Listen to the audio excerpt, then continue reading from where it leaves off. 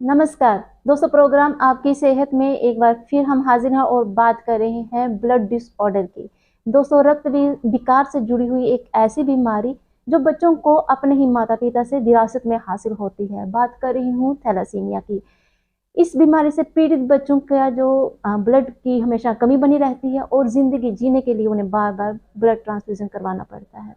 100% ये preventable disease है, लेकिन जागरूकता के अभाव में आज भी बच्चे इस बीमारी के साथ पीड़ित होते हैं।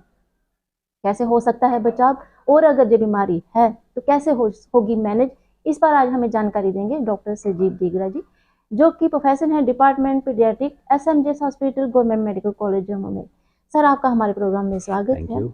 सर, कहा जाता है कि थैलासीमिया की अगर बात की जाए तो कहा जाता है 100 साल पहले इस बीमारी का पता चल चुका था कि ये कैसे होती है, लेकिन आज भी इस बीमारी के साथ बच्चे जो हैं वो पैदा होते हैं। सर, आपसे हम ये जानना चाहेंगे कि ये बीमारी है क्या, एज ए अवेयरनेस इसे क्या कैसे अवॉइड भी किया जा सकता है, और अगर है तो कैसे इसे मैनेज करना होगा। थैलेसीमिया जैसे आपने कहा कि ब्लड का एक विकार है जिसमें कि जो हीमोग्लोबिन है वो नॉर्मल नहीं बन रहा है जी। और उसकी वजह से जो आरबीसीज हैं, रेड ब्लड सेल्स हैं, जिनको हम लाल रंग की कोशिकाएं कहते हैं, उनकी जो लाइफ है वो घट जाती है।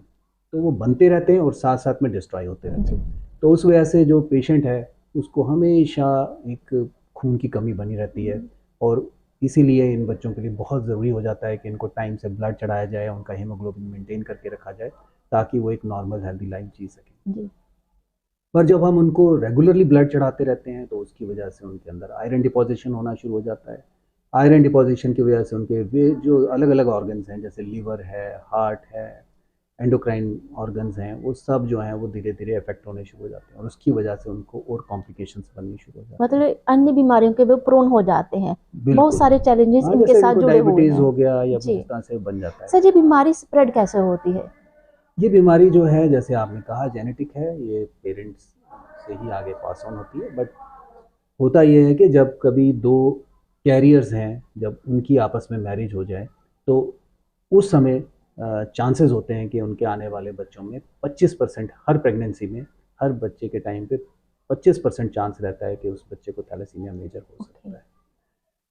तो अगर हम इसकी इससे बचाव की बात करें, हम इसके प्रिवेंशन की बात करें, तो ये सबसे ज़्यादा ज़रूरी इसमें रहता है कि हम अपना कैरियर स्टेटस पता करके रखें। जी।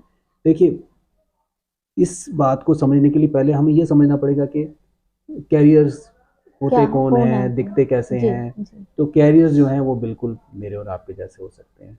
हो सकता है मैं भी हूँ, और जब तक मैं अपना टेस्ट ना कराऊँ मैं नहीं कह सकता कि मैं कैरियर नहीं हूँ। ओके। तो कैरियर्स को हल्का सा खून की कमी रह सकती है, समझ लीजिए 9 के आसपास उनका हीमोग्लोबिन रहेगा, बट उससे उनको कोई परेशानी नहीं होगी, कोई तकलीफ नहीं होगी। ओके। पर हाँ, वो डिजीज़ जो है वो अपने बच्चों को पास ऑन कर सकते हैं अगर दो कैरियर्स की मैरिज हो जाए। मैरिज हो जाती है। तो सर, कहीं ना कहीं माइंडसेट चेंज करना होगा हमें। जब हम कुंडलियां मिलाते हैं शादी से पहले, तो हमें टेस्ट जो करवाना होगा कैरियर स्टेटस जानने के लिए। बिल्कुल, उसके लिए बेस्ट ये रहता है कि अगर मान लीजिए स्कूल एज में ही या कॉलेज एज में हम बच्चों की स्क्रीनिंग कर लें और हमें पता हो कि हम उनको बता सकें उनका कैरियर स्टेटस, जी। तो मैरिज के टाइम पे ये देख लिया जाए कि क्या दोनों कैरियर जो हैं, दोनों जो जिनकी मैरिज होने वाली है, क्या वो दोनों कहीं कैरियर तो नहीं है। ओके। अगर दोनों कैरियर हैं तो हम उस मैरिज को अवॉइड कर सकते हैं। बट अगर उसके बावजूद भी वो मैरिज करना चाहते हैं या अननोइंगली दो कैरियर्स की मैरिज हो चुकी है, तो बेस्ट रहता है कि हम एंटीनेटल डायग्नोसिस की तरफ जाएं। जी। तो एंटीनेटल डायग्नोसिस का अगर तो हमें पहले से पता है दोनों कैरियर हैं तो स्ट्रेट अवे हम एंटीनेटल डायग्नोसिस की तरफ जाएंगे। पर अगर हमें नहीं पता है उन दोनों का कि वो अभी कैरियर हैं कि नहीं है, तो एक तो है कि जब वो प्रेगनेंसी प्लान कर रहे हैं, फैमिली प्लान कर रहे हैं, तो उसी समय वो पहले अपने टेस्ट करा लें जी। कैरियर स्टेटस देखने के लिए। अगर वो भी पॉसिबल नहीं है हम्म। तो बेस्ट है कि जब लेडी जब फर्स्ट ट्राइमेस्टर में, प्रेगनेंसी के बाद पहले ट्राइमेस्टर, पहले 3 महीने में जब वो अपने गायनेकोलॉजिस्ट के पास जा रही है, तो उस समय ही उसका जो है टेस्ट करके देख लिया जाए कि कहीं वो कैरियर है कि नहीं है। जिम्मेदारी जो है वो गायनिकोलॉजिस्ट की भी बढ़ हाँ, जाती है। हाँ जी। ओके। अगर वो कैरियर निकले तो फिर उसके हस्बैंड का टेस्ट किया जाए। अगर वो भी कैरियर निकले तो फिर हम एंटीनेटल डायग्नोसिस करते हैं, जिसमें कि माँ के गर्भ में जो पल रहा है, जो फीटस है, जो बच्चा है, हम उसकी ही जांच करके देख लेते हैं कि कहीं उसको थैलेसीमिया का रोग तो नहीं होने वाला है। जी। और ये एंटीनेटल डायग्नोसिस का जो पहले फैसिलिटी थी हमारे पास नहीं थी, इसके लिए दिल्ली या चंडीगढ़ जाना पड़ता था। पर अब बहुत अच्छी बात है कि पिछले 1.5-2 साल से ये जो टेस्ट है ये हमारे हॉस्पिटल में भी हो रहा है और इसके लिए कहीं बाहर जाने की आवश्यकता नहीं है। ज़रूरत नहीं है। सर बहुत इम्पॉर्टेंट है, पीढ़ी दर पीढ़ी चलने वाली ये जो बीमारी है और कष्टकारी बीमारी है, इससे बचाव के लिए बहुत जागरूक होना होगा। सर एज़ ए जागरूकता के लेवल से अगर हम बात करें, तो आप क्या देखते हैं अपनी जो प्रैक्टिस में आप क्या देखते हैं? क्या लोग अभी भी इस बीमारी को लेकर आ रहे हैं? बिल्कुल, अभी भी लेके आ रहे हैं और आप ये देख लीजिए कि थैलेसीमिया का अगर हम मैग्नीट्यूड देखें इंडिया में तो माना जाता है कि इंडिया को कहा जाता है कि थैलेसीमिया कैपिटल, ओके, क्योंकि हमारी पॉपुलेशन बहुत ज़्यादा है और उसके प्रोपोर्शनेटली हमारे पास थैलेसीमिया पेशेंट्स का नंबर भी ये सबसे ज़्यादा ज़्यादा है है। World over. जी, तो अभी भी बहुत ज़रूरी है जागरूकता लोगों में लाने की, लाने की ताकि लोग अपना कैरियर स्टेटस पता करें और इस बीमारी को प्रिवेंट करने कैसे किया जा सकता है इस चीज़ को समझें समझाएँ। और इसमें योगदान दें। जी, सर आपसे मैं जानना चाहूँगी क्या लक्षण लेके लोग जो हैं वो आपके पास प्रेज़ेंट होते हैं बच्चों को देखिए जो लेके? थैलेसीमिया है broadly speaking alpha thalassaemia, beta thalassaemia हम 2 में डिवाइड करते हैं, पर हम यहाँ बीटा थैलेसीमिया की बात करेंगे क्योंकि वही सबसे ज़्यादा कॉमन है हमारे देखा पास। है। और बीटा थैलेसीमिया जो है उसको हम फर्दर 3 ग्रुप्स में बाँटते हैं। हुँ, एक ग्रुप आता है थैलेसीमिया मेजर। थैलेसीमिया मेजर जो है ये फुल ब्लोन डिजीज़ होती है। ये बच्चे आमतौर पे 6 महीने के आसपास प्रेज़ेंट करते हैं हुँ, खून हुँ, की कमी के साथ ओके, और साथ में उनके तिल्ली बढ़ना शुरू हो जाता है, जिगर बढ़ना शुरू हो जाता है। अगर इनको प्रॉपर ब्लड ना चढ़ाया जाए तब तो इनको बचना ही मुश्किल है। ओके, और अगर हम इनको हाफ हार्टेडली ट्रीट करें कि अभी ब्लड चढ़ा दिया और हीमोग्लोबिन 6, 5 ऐसे हम मेंटेन कर रहे हैं, तो ये बच्चे जो हैं इनकी ग्रोथ नहीं हो पाती है। हुँ, इनका इनके तिल्ली बहुत बढ़ जाएगी, स्प्लीन, इनका लिवर बहुत बढ़ जाएगा।